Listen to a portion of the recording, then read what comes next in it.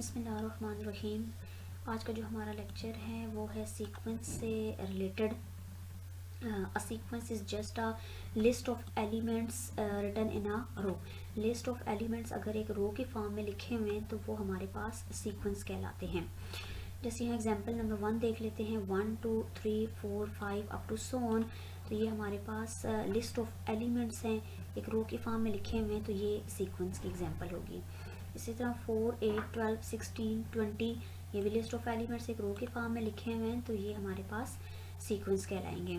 Example number यहाँ से 4 को देख लेते हैं कि 1 1/2 1/3 1/4 1/5 ये भी हमारे पास लिस्ट ऑफ एलिमेंट्स हैं और एक रो के फॉर्म में लिखे हुए हैं, तो ये भी सीक्वेंस की एग्जाम्पल होगी। इसी तरह ये एग्जाम्पल नंबर 5 भी एक सीक्वेंस है और 1 -1 1 -1 1 -1 अप टू सो ऑन ये भी list of elements in a रो है, तो ये हमारे पास सीक्वेंस कहलाएंगे।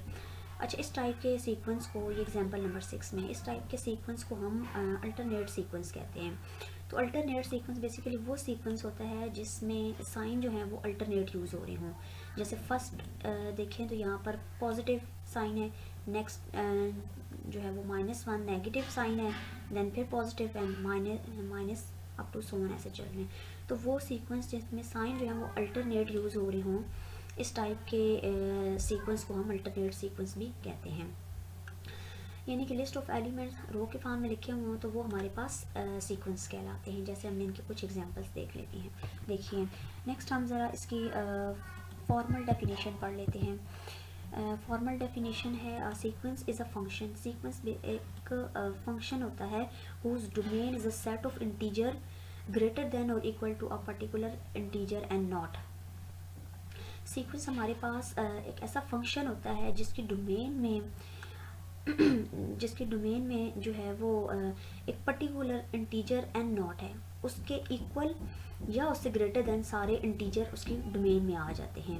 यानी कि एक ऐसा फंक्शन जिसमें हमें एक पर्टिकुलर इंटीजर हमें दिया हो एंड नॉट उसके इक्वल या ग्रेटर देन नंबर सारे उसकी डोमेन हो, तो इस टाइप के फंक्शन को जो है वो एक सीक्वेंस होता है।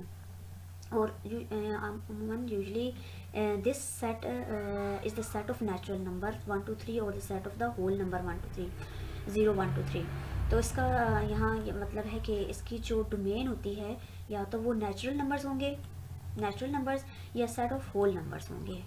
यानी कि एक ऐसा फंक्शन जिसकी डोमेन में आपके पास एक गिवन पर्टिकुलर इंटीजर के ग्रेटर देन या इक्वल टू आप नंबर्स पुट करें, तो इस टाइप के इस टाइप के फंक्शन को जो है वो सीक्वेंस कहलाता है। और अमूमन इसकी जो डोमेन होती है वो हमारे पास नेचुरल नंबर या होल नंबर्स आ जाते हैं। नेक्स्ट हम ये डिस्कस करते हैं कि सीक्वेंस के लिए जो है वो कौन सी नोटेशन जो है वो यूज़ की जाती है। तो अमूमन नॉर्मली ज़्यादातर ऑर्थर जो हैं वो ये नोटेशन AN जो है वो नोटेशन सीक्वेंस के लिए यूज़ करते हैं, और यहाँ पर n जो है वो पॉजिटिव इंटीजर होगा, ठीक है।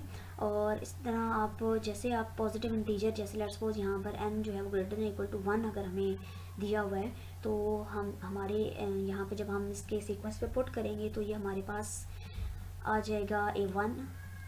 अच्छा, और इसी तरह जब हम 2 पुट करेंगे तो ये आ जाएगा A2 A3 A4 up to so on.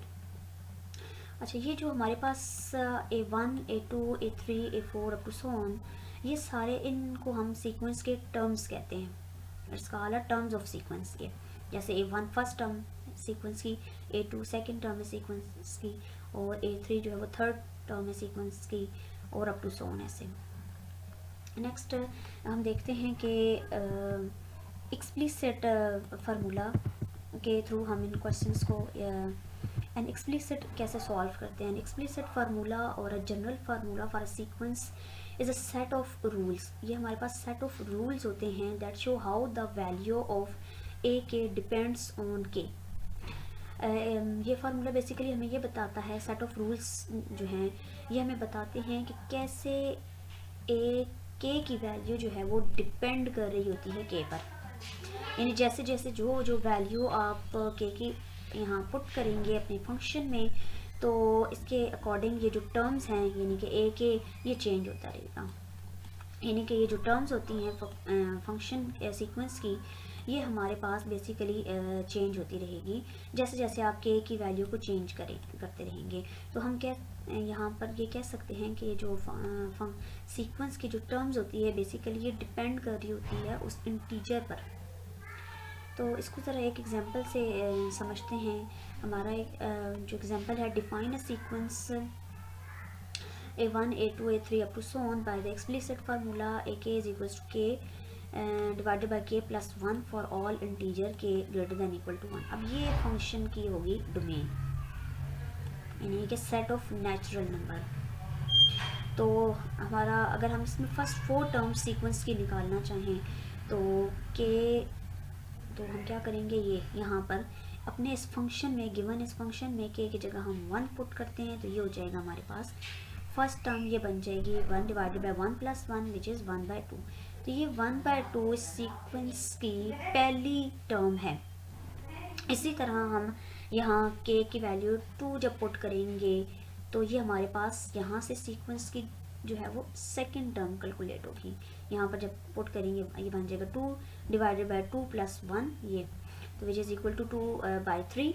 ये हमारे पास सीक्वेंस की सेकंड टर्म आ गई। इसी तरह हमने थर्ड टर्म को कैलकुलेट करने के लिए k की जगह जो है वो हम 3 पुट करेंगे, तो ये आ जाएगा 3 डिवाइडेड बाई 3 प्लस 1। तो ये हमारे पास ओवरऑल जो थर्ड टर्म है वो हमारे पास बन गई 3/4। इसी तरह हम सीक्वेंस की फोर्थ टर्म जब निकालेंगे तो यहाँ पे आज बन जाएगा 4 divided by 4 plus 1 which is 4/5। ये हमारे पास सीक्वेंस की आ गई फोर्थ टर्म। नेक्स्ट एक और एग्जांपल से इसी चीज़ को मज़ीद अपने कंसेप्ट को जो है वो क्लियर करते हैं। नेक्स्ट हमारे पास एग्जांपल है, हमने फर्स्ट 4 टर्म्स ऑफ सीक्वेंस की हमने फर्स्ट 4 टर्म्स फाइंड करनी है और हमारे पास ये फंक्शन है